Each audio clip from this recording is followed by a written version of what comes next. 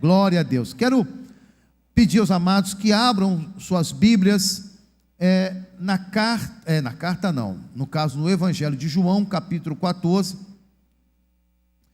e nós vamos estar,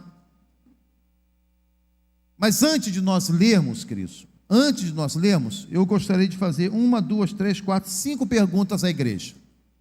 Antes de nós lermos esse texto, eu quero fazer 5 perguntas. Você não precisa me responder, mas eu quero que você esteja meditando nessas perguntas que eu vou te fazer, igreja. A primeira pergunta é o seguinte: por que frequentar uma igreja? Por que você frequenta uma igreja? Por que você é membro de uma igreja? Quero que você pense nisso. Por quê? Qual o motivo que te faz sair da sua casa, a vir às reuniões? Qual o motivo, o que te motiva a estar neste lugar, a se reunir, não somente neste lugar, mas se reunir como corpo de Cristo? Outra coisa, por que renunciar os desejos da carne? Por que você, igreja, renuncia os desejos da carne? Por que você renuncia ao adultério quando tem oportunidade? Por que você renuncia a roubar quando você tem uma oportunidade? Por que você renuncia a mentir quando você tem uma oportunidade? Quando as circunstâncias se criam ao seu redor e que te empurram e te facilitam para que você possa fazer algo errado, contrário à palavra de Deus, o que te leva a renunciar àquela oportunidade? O que move em você? O que acontece com você para que você rejeite? Se é que você rejeita, né? Se é que você rejeita. Quando vem uma oportunidade de você falar o que não deve, quando vem uma oportunidade de você mentir, quando vem uma oportunidade de você fazer algo que você tem entendimento que é contrário à vontade de Deus, e você rejeita, não, eu não quero fazer, eu não vou fazer, eu vou rejeitar isso. Por mais que eu precise, por mais que eu queira, por mais que minha carne deseja, eu não quero, eu não vou fazer. Por que você faz isso? A terceira coisa: existe alguma recompensa para o meu sacrifício? Você acredita que mediante essa renúncia, mediante a esse dizer não para os oferecimentos do mundo, as coisas que estão ao seu redor, as sugestões que a sociedade, o mundo coloca diante de você, você acredita que diante desse sacrifício, porque é um sacrifício, toda vez que nós mortificamos a carne, nós estamos sacrificando a carne, sacrificando os nossos desejos. Você acredita que existe uma recompensa para isso? Você acredita que você vai ser recompensado por esse sacrifício? Outra pergunta: acredito em uma vida após a morte? Você acredita que você vai continuar vivendo depois que o seu corpo descer à sepultura? Você acredita em uma vida que você terá depois que o seu corpo morrer? Você acredita nisso? Você tem esse entendimento? Não estou falando aqui de espiritismo, não está, Cristo? Não estou falando de reencarnação, não, por favor. Estou falando de uma vida que a Bíblia fala, mas eu quero saber se você acredita, se você já processou isso, porque o grande problema que eu vejo, amados, muitos dentro da igreja não conseguem meditar, não pensam nisso, e muitos crentes têm medo de morrer. Eu já conversei com muito crente que tem medo de morrer. Isso deixa claro que ele ainda não entendeu que existe uma vida após a morte, ele não entendeu o que espera ele nessa vida.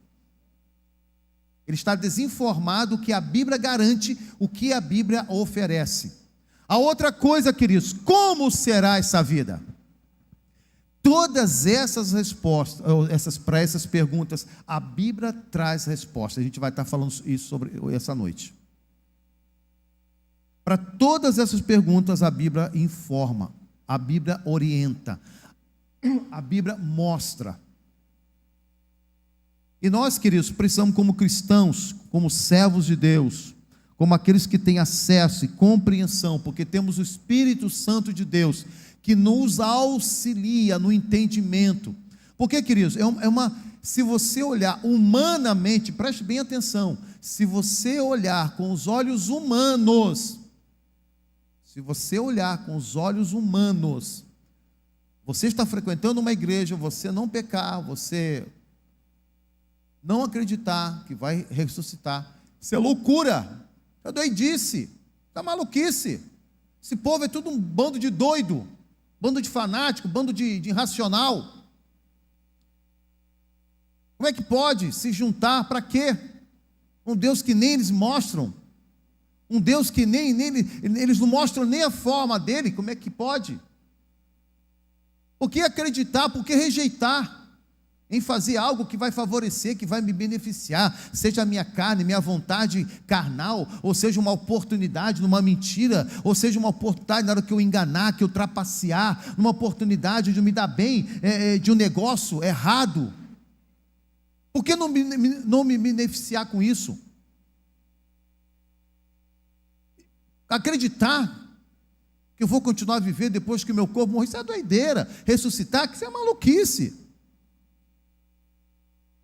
Acreditar como é que vai ser uma vida em que vou ter um corpo ressurreto, um corpo de carne e osso, que vou viver eternamente, isso é loucura.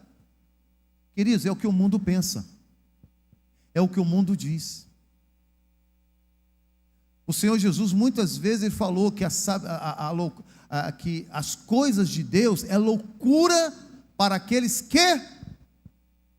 Quem conhece a Bíblia? Por favor, queridos. As coisas de Deus é loucura para aqueles que... Gente, vocês me decepcionam assim, amados. Para os que vou dar uma dica, perecem.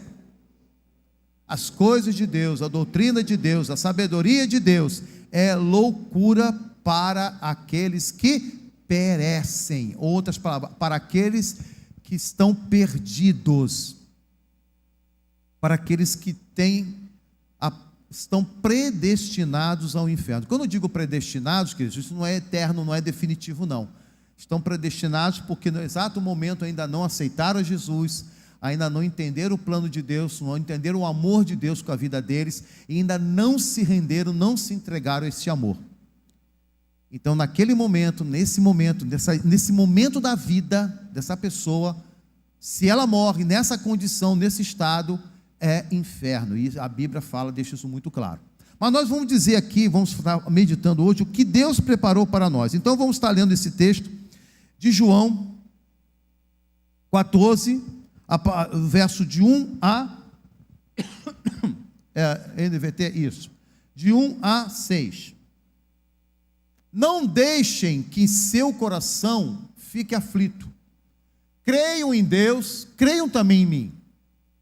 Na casa de meu pai há muitas moradas. Se não fosse assim, eu lhes teria dito. Aqui, queridos, nós precisamos entender, pontuação, tá? Nós temos uma professora aí que pode nos ajudar nisso aí.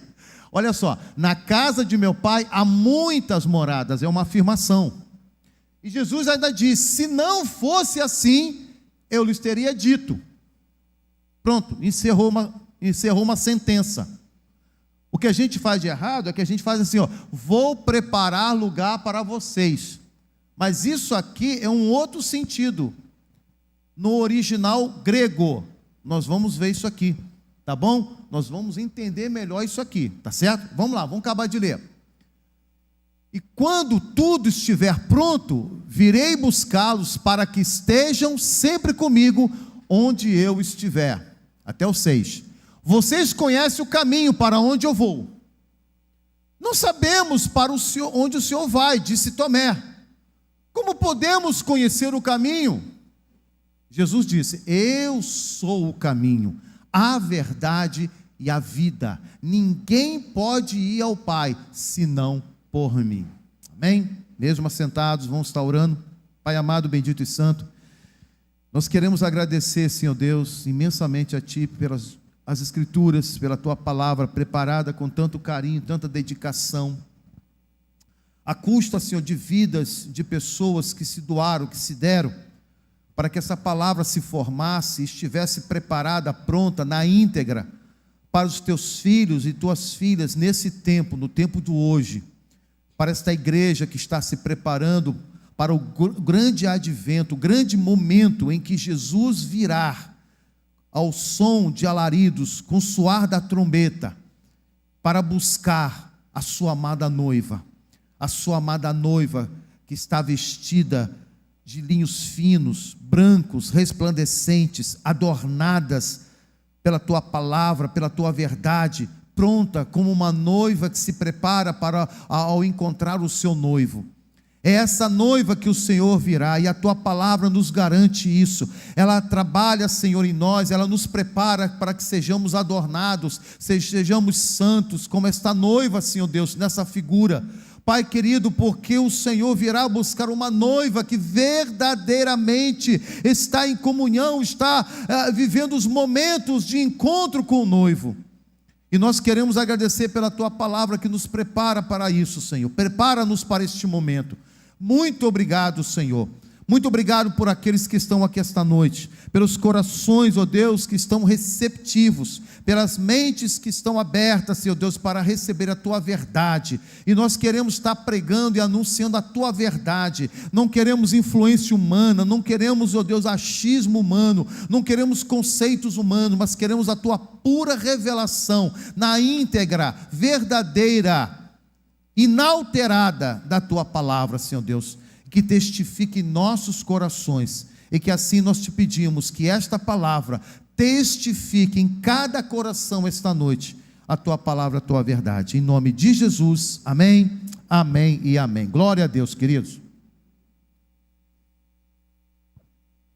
Queridos, o texto, quando Jesus já no cenáculo, já naquele lugar onde ele havia de realizar, estava pronto a realizar a última ceia com seus discípulos, ele trouxe essas palavras, esses ensinamentos.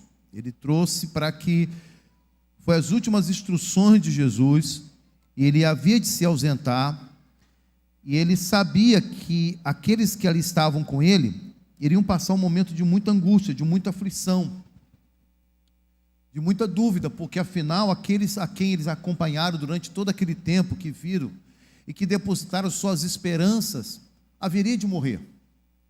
Jesus haveria de morrer, só que eles não estavam acreditando, eles não estavam, por mais que Jesus falou, anunciou por muitas e muitas vezes, aqueles que estavam ali não acreditaram que ele ia morrer, não acreditaram. E Jesus sabia muito bem que isso ia trazer para eles um impacto muito forte, ia trazer para eles um impacto psicológico que iriam levá-los a desanimar, a desistir, a parar com tudo. O nosso mestre morreu, acabou, a obra acabou. Mas Jesus não se materializou, ele não se tornou carne, ele não habitou entre nós, ele não falou do reino, ele não fez o que fez, ele não se entregou na cruz, simplesmente para que esse movimento se acabasse.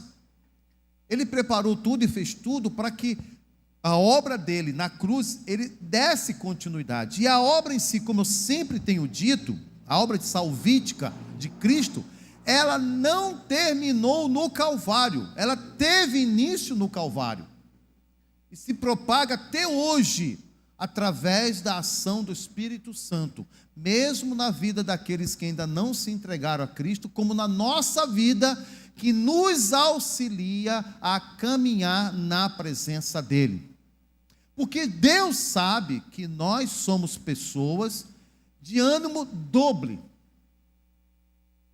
Estamos bem, daqui estamos mal. Estamos felizes, daqui a pouco estamos tristes. Estamos com certeza, com fé para transportar montanhas, no dia seguinte não sabemos de nada, não temos força nem para sair da cama, nem para vir na igreja, nem para orar, nem para ler Bíblia. Então somos variados. Há uma variação muito grande. E Deus não quer isso. Deus não aceita isso. E pelo seu grande amor, Ele nos concede o seu Espírito Santo para nos ajudar, para nos fortalecer. Por isso, meu irmão, minha irmã, quando você estiver desanimado, vá corra aos pés de Cristo. Vá para o seu quarto, ore a Deus, leia a palavra de Deus, rasgue o seu coração, sinta a presença de Deus, pense nas coisas que Ele já falou com você, as coisas que Ele já fez na sua vida, pense nas promessas, e o propósito dessa mensagem hoje é trazer para você a esperança do seu futuro, das promessas de Deus, porque não tem motivo nenhum neste mundo para que você viva desanimado, crente, servo de Deus, não tem. Só tem desânimo, só tem fraqueza, só tem paralisia, aqueles que ainda não entenderam o que está por vir, ainda não entenderam aquilo que Deus preparou para aqueles que o amam, e nós precisamos estar resgatando isso, precisamos estar sendo animados, porque o nosso caminhar, na nossa terra, queridos, nós somos bombardeados com muitas dificuldades, com muitas lutas, é doença, é dívida, é frustração, é perseguição, é um monte de situações, problemas no lar, problema com os filhos, problema conjugal, problema no relacionamento do trabalho, problema no relacionamento com o vizinho. Nós temos várias dificuldades, queridos, pessoas querendo nos prejudicar, pessoas querendo encontrar um meio, uma oportunidade para investir contra a gente. São várias aflições que nós temos neste mundo. Mas o que Jesus disse? Quem lembra? No mundo tereis, mas tende, porque eu, aleluia, glória a Deus. E é isso que nós queremos estar falando um pouco mais essa noite, queridos. Então eu separei aqui alguns pontos, para que a gente possa estar entendendo melhor isso aí, e a gente possa estar trabalhando um pouco em cima dessa situação. Dentro desse versículo que nós acabamos de ler, nós encontramos no versículo 1 o antídoto para essa ansiedade, ou frustração, ou desânimo, ou decepção.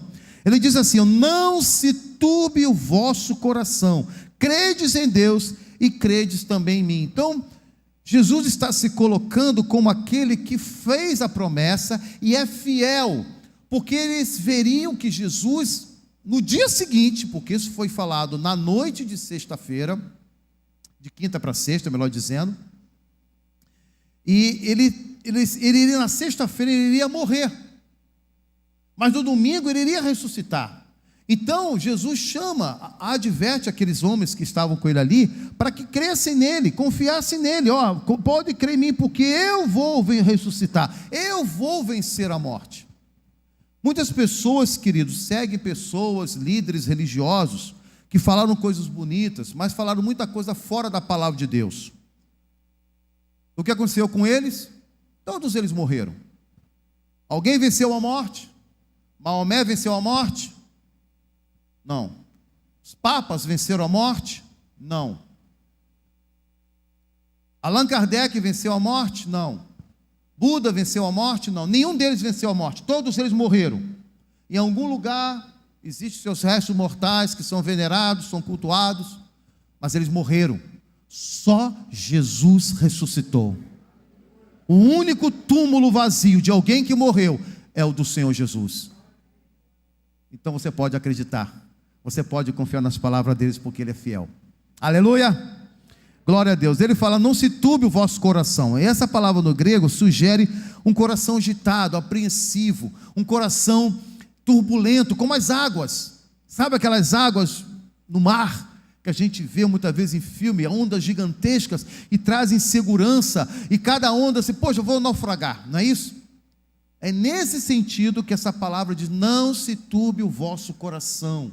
Em um momento de angústia, um momento de desespero, esteja calmo, confie, eu estou contigo. É como aquele momento quando Jesus estava no barco, e ele disse: Senhor, vamos morrer, não se dá, o Senhor não se preocupa com isso, nós vamos afundar, vamos naufragar, olha essas ondas. Ele falou assim: por que vocês estão agindo assim, homens de pouca fé? E Jesus deu uma ordem e tudo se acalmou. Jesus está no barco da sua vida, meu amado. Um dia você convidou Jesus para entrar na sua vida, e Ele está presente na sua vida. Você não tem o que temer. Você vai passar aflição, vai passar luta, perseguição, sim, porque isso aí infelizmente é inevitável. mas Ele garantiu para você, Ele deu para você uma resposta, Ele trouxe para você, amado e amada, um significado para a sua vida, para a sua perseverança. A outra coisa, o objeto de tudo isso é a fé. Por que nós cremos? Como eu já falei, porque Ele venceu a morte, Ele é Deus, Ele é o próprio Deus encarnado, Ele venceu a morte. Então, queridos, ninguém venceu a morte, por mais que seja admirável os ensinamentos, mas todos morreram, só Jesus venceu a morte. O versículo 2, queridos, fala da realidade da casa do Pai, e aí eu quero trabalhar um pouquinho. Na casa de meu Pai há muitas moradas, se não fosse assim eu vou teria dito. Ou seja, Jesus está dizendo, ele está encerrando uma sentença de uma frase, dizendo assim, está tudo preparado, há muitas moradas para todos, se não fosse assim, eu teria dito. Mas quando ele diz, vou preparar-vos lugar, o original grego não está dizendo concernente a lugares, um espaço físico onde nós vamos habitar, mas é a forma pela qual eu vou habitar nesses lugares celestiais. Por isso que mais à frente nós vamos ver no versículo 6, que ele fala, eu sou o caminho, a verdade e a vida, ninguém vem ao Pai a não ser por mim. Então Jesus nesse versículo está dizendo o seguinte, fiquem tranquilos, calma.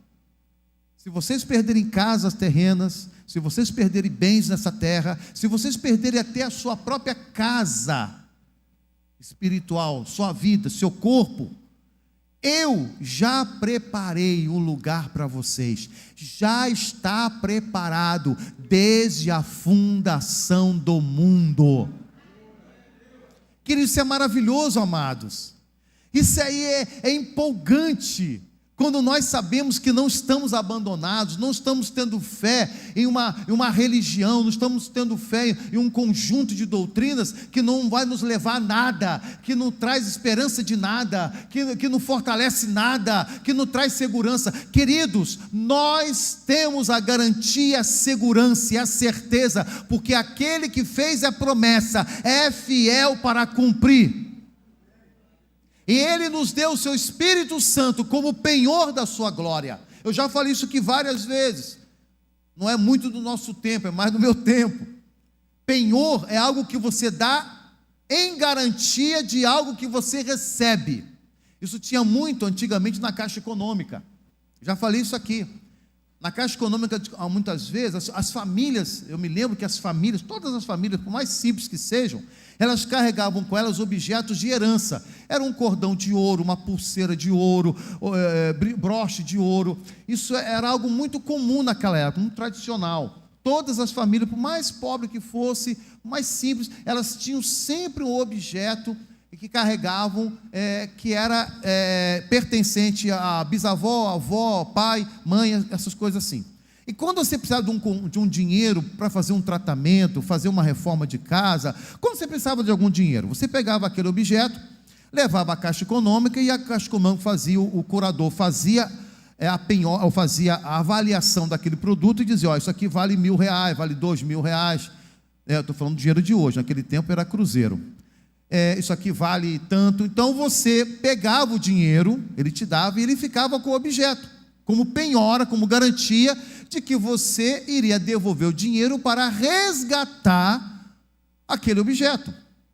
Então, quando isso é uma prática muito antiga, Cristo, muito antiga. Por isso que o Senhor falou que o Espírito Santo é o penhor da glória de Deus, é a garantia que Deus está te dando, meu irmão, minha irmã, para que as promessas que Ele fez a você realmente se cumpram. Então quando você recebe Jesus, e você abre o seu coração ao Senhor Jesus, e entrega a sua vida aos cuidados de Deus, na direção de Deus, você recebeu o Espírito Santo de Deus. Ele é o penhor, Ele é a garantia de que as promessas que Ele fez aos que o amam, Ele vai cumprir. Então, se Ele diz que tem um lugar preparado, desde a fundação do mundo, já está lá te esperando.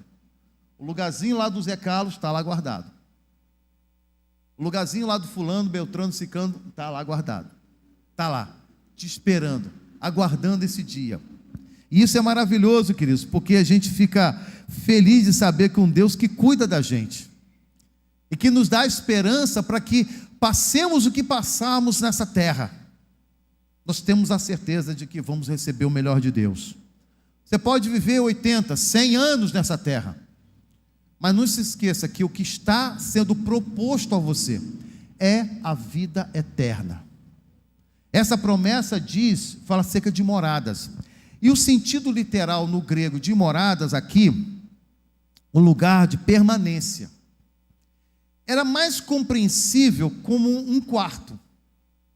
Ou seja, para você poder entender, naquele tempo, normalmente as casas melhores, né, pessoas com mais condições, elas sempre tinham um quarto reserva guardado para pessoas importantes que ela recebia. Lembra daquela viúva a viúva que foi Serepta, acho que foi Serepta mesmo, a viúva de Serepta, se não me engano. Quando Eliseu, ele vai e a mulher faz a viúva, né, a mulher que não tinha filhos, ela faz um quarto para que Eliseu, toda vez que passasse ali, pudesse se hospedar. Então ela mandou fazer um quarto com uma cama e uma escrivaninha. Lembra dessa passagem? É mais ou menos assim, sendo que este lugar é um lugar de permanência, é um lugar que você pode confiar, um lugar que está guardado para você. Ele é seu, é propriedade sua. Seu nome está lá escrito na porta desse quarto, aguardando você. Quando digo isso, é um sentido figurado, tá, irmãos? Porque normalmente casa própria, o que é? É a estabilidade do lugar, não é isso? Então Deus usa essa visão para que nós possamos entender que o lugar que Ele preparou é de permanência, é onde você vai ver por toda a sua vida, por toda a sua eternidade, queridos, é o lugar que Ele preparou. Quando Ele diz, vou preparar-vos lugar, Ele diz, não está se referindo à questão simplesmente do lugar em si. Esse lugar, ele tem mais a ver com a forma pela qual Ele vai te conduzir a este lugar. Ele vai preparar o lugar, Ele vai preparar o caminho, Ele vai fazer com que você tenha acesso a este lugar. Porque Ele é Deus, Ele é Senhor. E quando Ele falou isso, Ele ainda não tinha morrido. Ele ia morrer no dia seguinte. E Ele está trazendo no entendimento daqueles que estavam ali, essa consciência, esse entendimento, que o lugar Ele iria preparar, a forma Ele iria preparar, como você chegar neste lugar. Quando o Tomé pergunta, Senhor, não sabemos para onde Tu vais, mostra-nos o caminho. E Jesus, Ele demonstra uma decepção. Demonstra uma decepção na palavra, na pergunta de Tomé. Tomé, eu tenho andado com você tanto tempo, vocês ainda não sabem qual é o caminho? Eu sou o caminho, eu sou a verdade, eu sou a vida. Eles não entenderam. E aí, queridos, se nós trouxermos para a nossa vida, será que Jesus também está decepcionado com os nossos questionamentos? Será que Jesus também está decepcionado com a forma com que você tem medo de morrer? A forma da insegurança para onde você vai? Será que Jesus, analisando, vendo o seu coração, vê que você ainda não está seguro, que você ainda não está confiante às promessas dEle?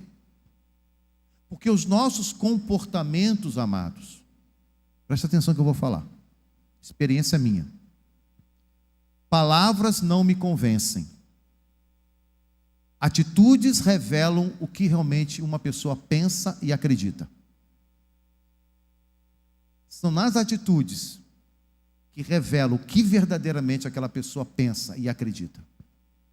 Eu amo a Deus. Só nas atitudes, é no comportamento. Se você quer saber se você ama a Deus, você pode tentar se convencer por uma palavra sua mesmo, eu amo a Deus, mas olhe o seu comportamento, olhe as suas atitudes, olhe quem você prioriza, olhe o que você está fazendo do seu tempo, o que você está fazendo dos seus bens. por essas atitudes você vai poder avaliar e saber se realmente você ama a Deus. Porque se eu perguntar a qualquer um aqui, queridos, qualquer um de vocês que aqui está, se eu perguntar individualmente, você ama a Deus? Você vai dizer, eu amo a Deus. Eu amo a Deus. Eu amo a Deus. Todos aqui amam a Deus. Mas a sua atitude realmente demonstra esse amor? E a palavra, queridos, ela quer sobressair. A palavra quer trazer à tona a verdade, a revelação daquilo que realmente é. Por isso que muitas vezes nós lemos um texto e nós talvez confundimos algumas coisas, porque nós precisamos entender no original o que Jesus estava dizendo. E quando Jesus diz essa forma, vou preparar-vos lugar, não se referia que Deus não sabe a quantidade de pessoas que vai se converter. Meu Deus, ele mesmo falando, né? Quanto será? Eu não sei a quantidade, não sei quantos milhões, bilhões virão. E agora? E se chegar alguém que não tiver lugar? Dá de entender isso, não dá? Será que quantos aqui já leram esse texto e dá uma incerteza, parece que traz uma incerteza de que Deus não sabe a quantidade daqueles que vão chegar, né? Nós preparamos o retiro aí, ficamos preocupados com a quantidade de pessoas que iriam, se as cadeiras iriam comportar todo mundo, se o espaço iria comportar todo mundo, porque nós não sabemos o número de pessoas que chegariam, as pessoas que viriam durante o dia, e a gente não sabia, mas isso não acontece com Deus, porque Ele é Deus. Ele já sabe, queridos, mesmo lá na fundação do mundo, Ele lá quando criou Adão e Eva, Ele já sabia o número exato dos salvos escritos no livro da vida, que seriam abertos ainda daqui a 1000 anos, e serão, né? Então Deus sabe, queridos. Então o texto não está falando de uma incerteza da parte de Deus, mas está falando a forma pela qual Jesus iria preparar este lugar, ou seja, como eu iria chegar a este lugar, como eu e você iríamos chegar a este lugar, temos acesso a este lugar preparado desde a fundação do mundo. E isso é tremendo, é maravilhoso, porque nós vemos nisso em quê? O que nós entendemos? Qual a leitura que nós fazemos? De um Deus que ama, de um Deus que é Pai, de um Deus que é provedor, de um Deus que cuida, de um Deus que demonstra uma afinidade muito, mas muito grande por mim e por você, meu amado, minha amada. E muitos ainda não entenderam, estão rejeitando. Muitos ainda não conseguem acreditar, muitos ainda têm dúvida, muitos ainda, não, vou esperar um pouco mais, não, vou deixar para a próxima vez, quando Deus quiser. Tem gente que vai, quando Deus quiser, eu vou lá na frente, quando Deus quiser eu aceito Ele. Ai, Jesus, porque as pessoas não compreendem, ainda estão cegas, estão sem compreender, e a gente, quando nós nos rendemos a Deus, quando nós entendemos, quando eu ouvi a mensagem do Evangelho pela primeira vez na minha vida, como eu já falei muitas vezes aqui, queridos, eu recebi com agrado, eu recebi como verdade, eu recebi como algo verdadeiro, que era para mim. Eu estava ouvindo o pastor pregar e eu não falei assim, que bonito, né? Que legal para todo mundo. Não, eu trouxe para mim, essa mensagem é para mim, essa salvação é para mim, Jesus morreu para mim. Foi isso que eu pensei. Ele se deu ali no Calvário para mim, por mim. Por isso que meu coração, quando começou a arder, eu queria ter aceitado aquele momento, eu ir à frente e aceitar o Senhor Jesus, porque eu sabia que Ele tinha feito tudo aquilo por mim. É individual, não é um coletivo, mas um individual. E aí, amados, nós vamos para o terceiro texto, terceiro versículo, que fala da promessa do retorno. E quando eu for e vos preparar o lugar, virei outra vez e vos levarei para mim mesmo, para que onde eu estiver, estejais vós também. e virei outra vez. E é exatamente esse é o grande momento, a partir daquele momento que quando Jesus estava sobre, o Monte das Oliveiras, dando as últimas instruções para aqueles que estavam com ele reunidos. E quando, à medida que ele foi falando, foi terminando de falar, e o seu corpo foi subindo, foi levitando, subindo, até passar as nuvens, e os discípulos não mais o enxergaram, e eles ficaram ali olhando, eu não sei quanto tempo, mas eles ficaram ali olhando, já não viam mais Jesus, porque Jesus já havia subido nas nuvens, e eles continuaram olhando, e os anjos, vambora, gente, esse Jesus que vocês acabaram de ver subir, ele vai descer um dia de volta, mas não é agora não, vamos fazer o que ele falou. O que é que ele diz para vocês? Você vê como é que as pessoas, muitas vezes, queridos, se deixam se envolver por uma situação e esquecem da promessa. Eu não sei o que passou na cabeça daqueles homens para ficarem ali olhando, esperando. Talvez pensavam que Jesus ia subir e depois ia voltar. Mas Jesus, antes de subir, ele deu uma ordem: vocês vão ficar em Jerusalém, vocês vão aguardar em Jerusalém, até que do alto vocês sejam revestidos. Talvez eles pensaram que seria aquele momento que eles seriam revestidos, mas, queridos, não era especificamente ali em cima. Ele falou em Jerusalém, e o Monte das Oliveiras fica afastado um pouquinho, uns 300 metros, 400 metros, um pouquinho afastado de Jerusalém, fora dos muros. Então ele falou: vocês vão para Jerusalém e aguardem lá, até o dia, até o momento de vocês serem cheios do Espírito Santo de Deus, cheios da virtude do Espírito, e vocês vão se tornar o quê? Minhas testemunhas. Porque é o que Deus queria, é o plano dele. Por isso que estava trazendo tanto reforço, tanta promessa. Olha, não se preocupe, vão perseguir vocês, vão matar vocês, vão tirar suas casas, vão desfacelar suas famílias, mas eu tenho uma promessa eterna para vocês. Queridos, hoje mesmo, no café, eu estava conversando com a Ângela, inclusive a Ângela não pôde vir, queridos, porque ela está com uma gripe muito forte, muita dor no corpo, e eu estou explicando, justificando a ausência dela, tá bom? Ela está muito ruim, então ela preferiu ficar em casa. Aí eu falei: não, fica em casa também, um repouso, não adianta, eu sei que vai ficar passando mal ainda com ar-condicionado, pode até piorar. E nós estávamos falando sobre isso, nós estávamos conversando sobre a igreja do tempo da reforma. Aqueles irmãos que se converteram com o anúncio de Martim Lutero, os padres e os freis que também viam algo errado dentro da igreja católica daquele tempo e começaram a seguir o ensinamento, abriram suas mentes para o ensinamento de Martim Lutero. Muitos se afastaram, muitos seguiram em grupos, eles foram lendo a palavra, foram estudando a palavra e foram entendendo, porque o Espírito Santo foi falando no coração deles. E para vocês terem entendido, para resumir um bocadinho, no tempo da Renascença da Europa, aquelas artes e tudo mais, você pode ver que é uma arte que acaba trazendo o reflexo de uma situação que muitas vezes não é exposta, mas foi uma realidade muito forte. Houve até uma célebre frase de um artista, não me lembro qual o nome, que diz que a época, o dia em que o rio Sena, as águas do rio Sena se tornaram vermelhas. Você sabe por que isso? A quantidade de massacre de cristãos que foram mortos, decapitados ou transpassados a espadas. Eles cortavam a cabeça ou matavam e jogavam no rio Sena. Cortavam e jogavam no rio Sena. Cortavam e jogavam no rio Sena.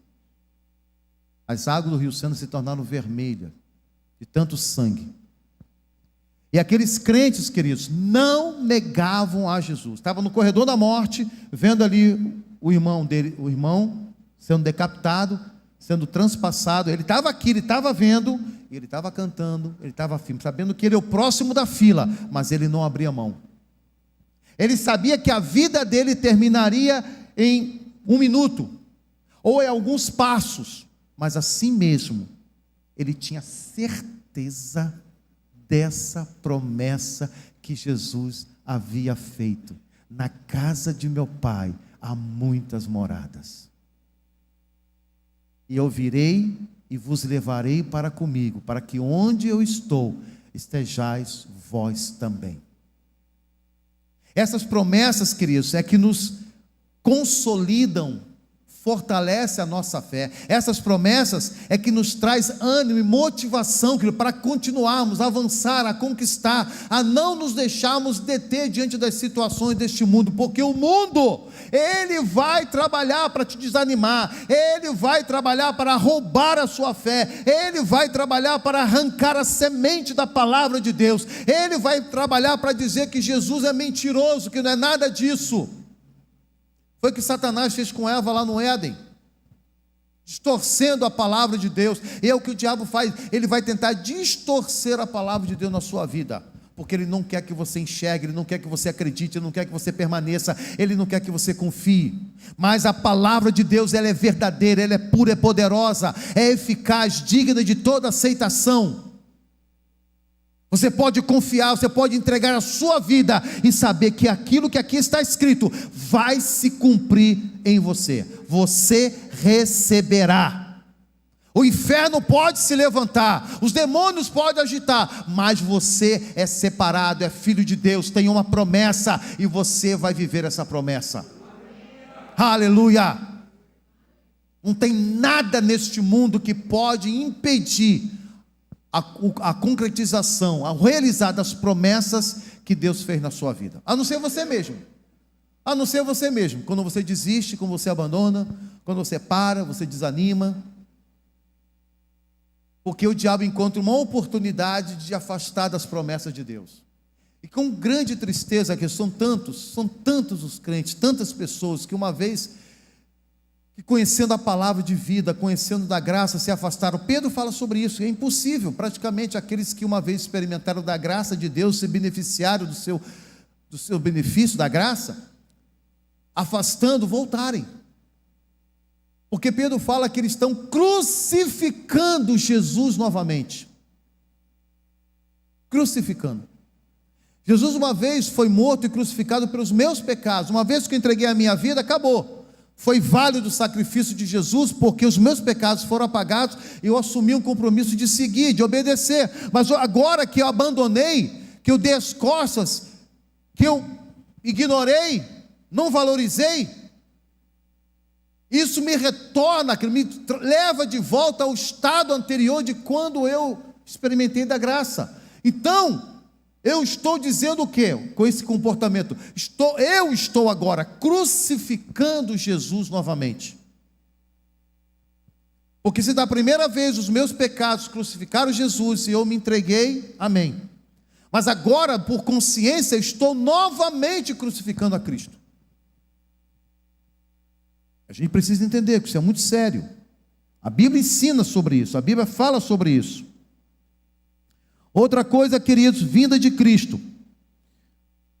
Para mim mesmo, este é um ponto crucial. O céu não é incrivelmente apenas para a morada, mas não é incrivelmente por causa da morada, mas pela presença de Jesus. O objetivo, queridos, o objetivo nosso, sim, é o lugar que estaremos, mas o mais importante disso tudo é sabermos que estaremos convivendo com Jesus. Eu sempre faço essa pergunta, já peguei muito crente, se todas as vezes, talvez um ou outro que respondeu certo, mas o restante, quando eu falo assim, como Jesus está no céu, carne, osso ou espírito? Como é que Jesus está no céu? Carne, osso ou espírito? Carne e osso. Hoje vocês sabem. Mas se perguntar qualquer um fora, se você perguntar 99% da igreja aí fora, eles vão dizer que é espírito. Vão dizer que é espírito. Hoje vocês sabem o que eu falo, eu afirmo, eu já mostrei isso biblicamente, que ele está em carne e osso. A Bíblia ensina isso. Mas o pessoal aí fora tudo é espírito. Não, espírito. Por quê, irmãos? Porque as pessoas não entendem. Elas leem, mas não conseguem entender. A promessa é claro, que Jesus ressuscitou. Ali em Lucas 24, ele mostra claramente, queridos, que ele quando entra, ele quando se apresenta naquele lugar que eles estavam fechados, que estavam com medo, estavam sendo perseguidos, Jesus chega e fala assim: paz sejam convosco. Todo mundo se espantou, porque achava que era um espírito. E eles ficaram espantados, porque era algo novo. Eles viram Jesus morto, viram Jesus crucificado, viram Jesus ser sepultado. Alguns até, como Maria, como algumas pessoas, viram Jesus ali no jardim, mas a maioria apenas ouviu, mas não sabia. Mas quando Jesus se apresenta em carne e osso, eles ficam assustados. E Jesus fala assim: por que vocês estão espantados, como que vendo um espírito? Veja, sou eu mesmo. Toque as minhas mãos. Olha aqui o furo dos cravos. Olha o meu lado aqui, transpassado. Toque, vede. Um espírito não tem carne e osso como vedes que eu tenho. Lucas 24. E aí eles ficavam assim, ainda mais perplexos naquela situação, confundidos, tortuados, porque assim, aí Jesus, para confirmar isso: vocês têm alguma coisa de comer aí? E a Bíblia fala que eles apresentaram aí um pedaço de peixe e mel, para que ele pudesse comer, e comeu na frente deles. A ressurreição, ela é uma realidade. A ressurreição, ela é uma promessa. A ressurreição é uma necessidade. Nossos corpos hoje, meu e seu, é contaminado pela semente do pecado adâmica. O nosso psique é contaminado. Nós recebemos isso de herança. Não tem como mudar. Deus sabe. Então Deus providenciou o quê? A salvação da alma, para que uma alma vivesse em obediência. E depois que o nosso corpo morresse,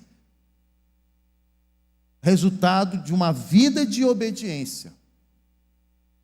Quando essa pessoa morresse, esse crente morresse, vivendo uma vida de obediência, ele teria por promessa a ressurreição de um corpo preparado para a eternidade, um corpo de carne e osso. Mas a característica, a diferença desse corpo para esse corpo que temos, é que este corpo, a Bíblia diz lá em 1 Coríntios 15, que é um corpo espiritual. Mas espiritual não quer dizer, querido, que é um corpo tipo dos anjos, translúcido, nada disso. Corpo espiritual é um corpo sem a presença da semente adâmica. Nós nos tornamos carnais. Adão, antes de pecar, ele era espiritual. Adão, antes de pecar, ele tinha um corpo espiritual. Ele tinha os membros que tinha, ele comia, ele vivia, é um ser humano normal. Jesus já era um ser humano normal, um ser humano já com um corpo preparado para a eternidade, mas ele passou pelo processo para que nós pudéssemos entender como seria conosco também. E aí, quando nós morremos, esse corpo morre, nós ressuscitamos por um corpo criado do poder, da glória de Deus. Reunidas as moléculas vão formar da mesma matéria, do pó da terra, como a palavra fala. Nós teremos um corpo preparado para a eternidade, onde não mais teremos as mesmas tendências de pecado. E o Senhor só virá, preste atenção, amados, isso é muito importante. Isso é esperança, isso é confiança, isso é propósito de vida santa. O Senhor virá para buscar uma noiva. Qual a característica desta noiva? Vamos lá, quem sabe? Uma noiva sem mancha, sem ruga, sem mácula, adornada, não é isso? Com vestimentas santas, brancas. Oi? Prudente. E aí que nós precisamos olhar para nós mesmos. E dentro dessa característica, sabemos se eu, como noiva, eu estou adequado e caracterizado como esta noiva que Jesus virá. Este é o cerne da minha vida, da minha esperança. Porque eu não sei o dia, eu não sei a hora. E isso era usado nas parábolas de Jesus, dentro do contexto litúrgico da época, do costume da época, da sociedade da época, em que o noivo, ele marcava o dia de vir, mas não marcava a hora, e o contexto da espera está exatamente da hora, em cima da hora. Ele não sabe se virá de manhã, não sabe se virá à tarde, se virá à noite. Na parábola das virgens, nas 10 virgens, nós vemos que ele veio, o noivo apareceu ao quê? Que hora? Quem sabe? Quem sabe? Meia-noite. Meia-noite. Então esse noivo, ele chegou no horário que ninguém estava esperando. Talvez muitos pensem, o noivo desistiu. Porque ele, não é que demorou, foi o tempo dele. E ele passou pela casa da noiva, aquele horário, ela estava pronta todo aquele dia ela estava pronta, arrumada, aguardando. Ela tomou o café da manhã, isso aqui é o nosso contexto, tá, irmão? Não tinha café da manhã não, só para vocês entenderem. Ela tomou o café da manhã, ela almoçou, ela tomou o café da tarde, ela jantou, e vestida, esperando, aguardando a vinda do seu noivo, confiando, não, ele virá, ele vai vir. Não importa o horário, mas ele vai vir, eu vou estar pronta, eu não vou desistir, eu não vou tirar minhas vestes, eu não vou me contaminar, eu não vou lá fora para me sujar, eu vou ficar aqui, vou ficar esperando, eu quero ficar pronta, cheirosa, preparada, aguardando a vinda do meu noivo me buscar. Esse é o nosso pensamento, deve ser o nosso pensamento como igreja. Viver uma vida santa, uma vida de reparos, queridos, uma vida querendo sempre se consertar, analisando, vendo o nosso comportamento, nossa atitude, não perdendo a motivação. Por que Jesus fala que aquelas 10 loucas, né, aquelas virgens loucas, elas ficaram para trás? Porque elas estavam dentro do mesmo contexto, porém elas não foram prudentes, elas foram tolas, elas se perderam no tempo, se perderam na questão, e não se prepararam. A questão está no preparo. A ideia principal do texto é estar preparado. Você está preparado, igreja? Você, meu irmão que está aqui hoje, você, minha irmã que está aqui hoje, você, meu visitante que está aqui hoje, você está preparado para a vinda de Jesus? Se Jesus vier hoje, se hoje for o dia, se hoje, 22 de fevereiro de 2026, até meia-noite, se hoje for o dia das trombetas soarem, porque a palavra fala que vai ser assim, de repente, no soar das trombetas, ao toque do arcanjo, acabou, virá, como um piscar de olhos, assim como o relâmpago cruza o oriente ao sudeste, o oriente ao poente, ele virá, será assim. A gente não pensa, né? Não, vai demorar um bocadinho. Não, não vai ser hoje não. Mas se for. Esse pensamento era o pensamento das virgens loucas. Elas não se preparam. Não, vai demorar não. Não, ele vai vir no horário. Não. Vai dar tempo. O que temos aqui vai dar. Só que não deu. Elas não se prepararam. Prepare, Israel, para te encontrares com teu Deus. Prepare, igreja, para te encontrares com teu noivo. O Senhor vai voltar. E aí, queridos, para nós podermos encerrar, Jesus, ele mostra a resposta de Tomé. Ele diz, no capítulo 5, e diz Tomé, Senhor, nós não sabemos o caminho, e ele responde no versículo 6, disse-lhe Jesus, eu sou o caminho, a verdade e a vida, ninguém vem ao Pai, a não ser por mim. Caminho, queridos, mostra algo exclusivo, ele afirma ser o caminho, ao mesmo tempo, ele está dizendo, eu sou mediador. A Bíblia deixa claro, ela fala que o pecado é um abismo que se formou entre a humanidade e a graça de Deus, o amor de Deus, a comunhão com Deus, melhor dizendo, né? A comunhão com Deus. Então, entre a glória de Deus, o seu poder, o seu reino, e os homens, existe um grande abismo que se chama pecado. Pecado é desobediência. Afastou. Jesus, como não morre na cruz do Calvário por obediência,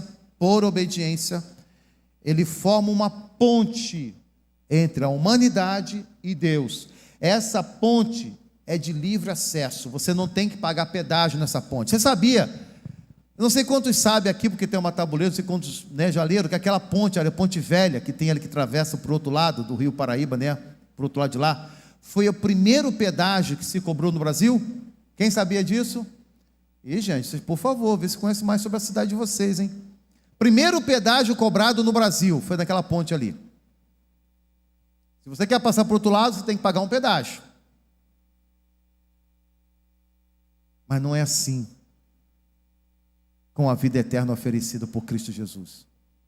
Você não tem que pagar nada, já foi pago. Você só tem que atravessar. Você só tem coragem de atravessar, disposição de atravessar. Só isso. Não é mérito meu, não é mérito seu. Você só tem que querer atravessar, só isso. Porque Jesus é a ponte, Ele é o nosso mediador, Ele é o caminho, Ele é o caminho. Não tem outro caminho, eu sou o caminho. O mundo oferece, queridos, para vocês, para todos nós, para as pessoas, vários caminhos. Já ouvi, cansei de dizer, não, toda religião leva a Deus. Quem já ouviu isso aí? Todos os caminhos levam a Deus. Que isso? Isso não é Roma. Roma que tinha esse ditado, todos os caminhos levam a Roma. Jesus não, para chegarmos à vida eterna, só existe um caminho, que é Jesus Cristo. E o caminho não é simplesmente eu falar Jesus. Eu tenho que viver a proposta dele para a minha vida. Viver uma vida de obediência. Fim de papo. Ele é o nosso mediador. A outra coisa, queridos, ele diz que ele é o caminho, ele é a verdade. E sendo a verdade, nós podemos acreditar. Ele diz assim: em um mundo de incerteza, filosofias variadas, Jesus se apresenta como a verdade absoluta e encarnada. A realidade de Deus, ela é a revelação perfeita do caráter e de a vontade do Pai. Conhecer a Jesus é conhecer a verdade sobre quem Deus é. Então você vai ouvir muitos ensinamentos, muitas doutrinas, muitas coisas, até mesmo dentro da igreja evangélica. Você vai ouvir muitos conceitos, muitas formas de apresentar Deus, de apresentar um convívio com Deus. Mas, queridos, conhecendo a palavra, somente a palavra, ela traz a revelação, a certeza, a expressão de Deus, a vontade de Deus em Cristo Jesus. Jesus, Ele é o próprio Deus. Quando Tomé diz para ele, mostra-nos o Pai, Jesus ficou muito decepcionado de novo. Tomé, você não tem andado comigo, vocês não têm estado comigo, como é que você me diz, mostra-me o Pai? Eu e o Pai somos um. Quando você olha para Jesus, queridos, você está vendo nitidamente uma expressão autêntica e fiel do caráter de Deus, porque Jesus é Deus. Confiabilidade, por ser a própria verdade, suas promessas são infalíveis, e nele não há sombra de variação nem mentira. Eu sou a vida. Esta palavra se refere tanto à vida biológica, quanto principalmente à vida espiritual, eterna, fonte de existência. Ele é o autor da vida, é aquele que venceu a morte na ressurreição. Vida em abundância, estar unido com Cristo é ter qualidade de vida que começa agora e não termina com a morte física. Ninguém vem ao Pai senão por mim. Jesus encerra essa afirmação de exclusividade. Ele deixa claro que não existe salvação ou reconciliação com Deus através de boas obras, de religião, de méritos humanos.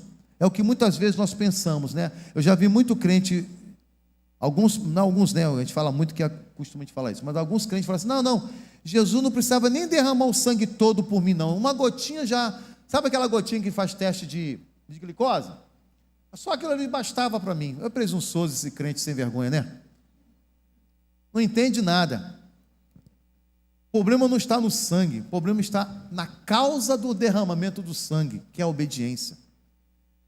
Queridos, muitas vezes nós temos a mesma característica de qualificar e quantificar os nossos pecados. Eu nunca matei, nunca estuprei ninguém, nunca cometi errado, nunca falei mentira, sou bom pai, bom marido, bom chefe de família, cumpridor dos meus deveres, não devo nada a ninguém.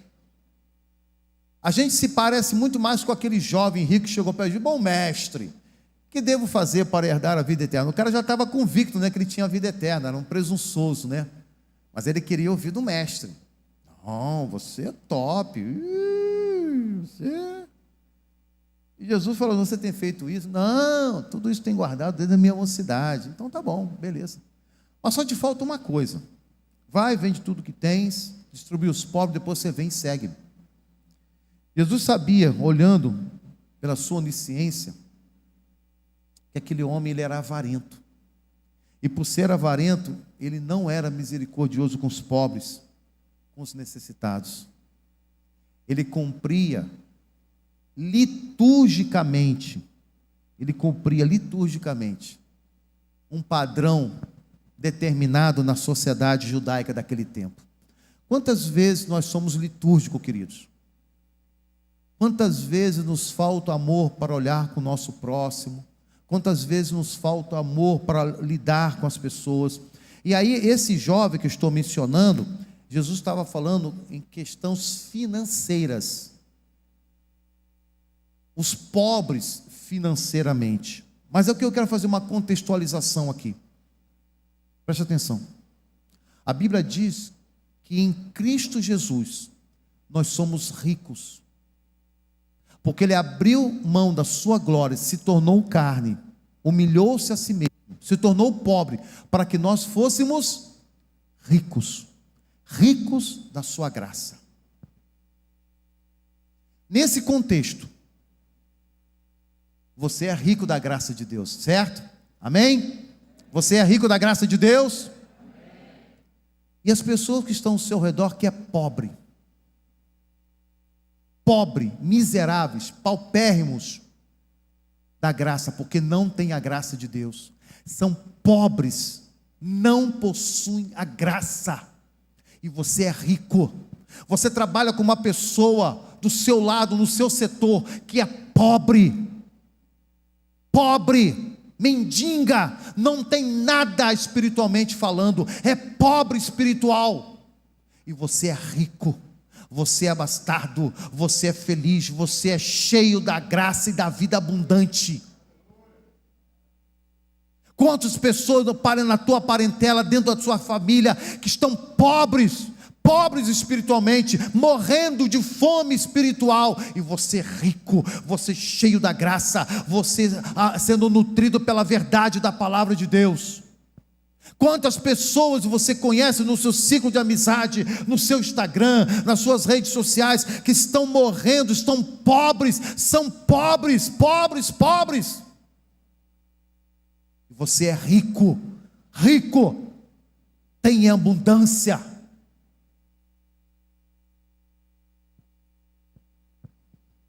Então a gente pode entender, queridos, que a questão de ser pobre e rico não tem somente a ver com dinheiro, mas sim fala de uma circunstância, de um estado.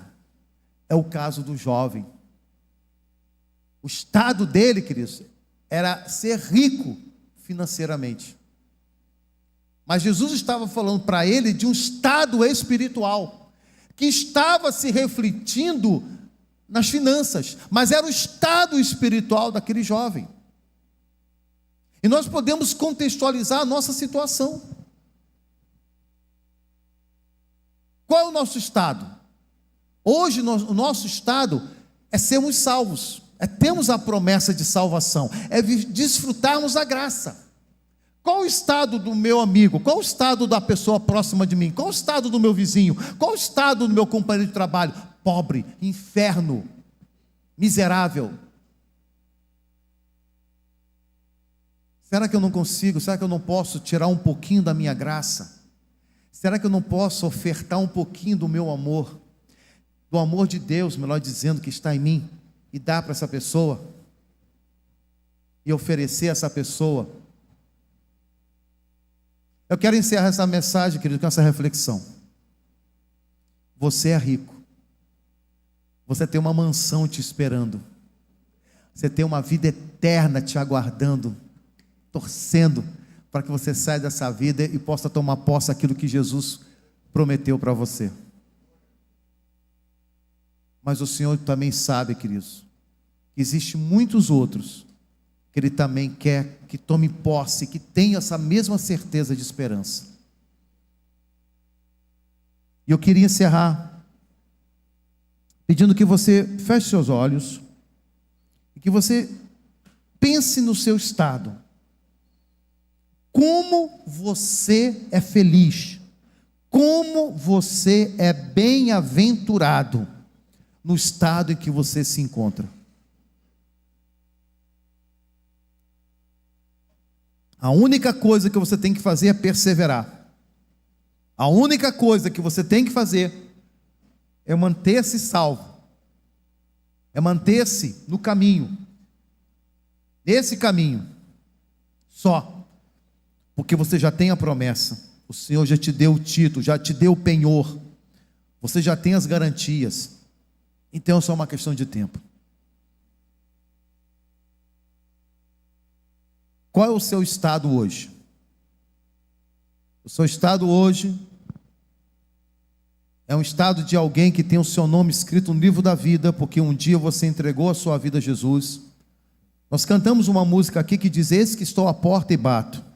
Se alguém ouvir e abrir, entrarei e cearei.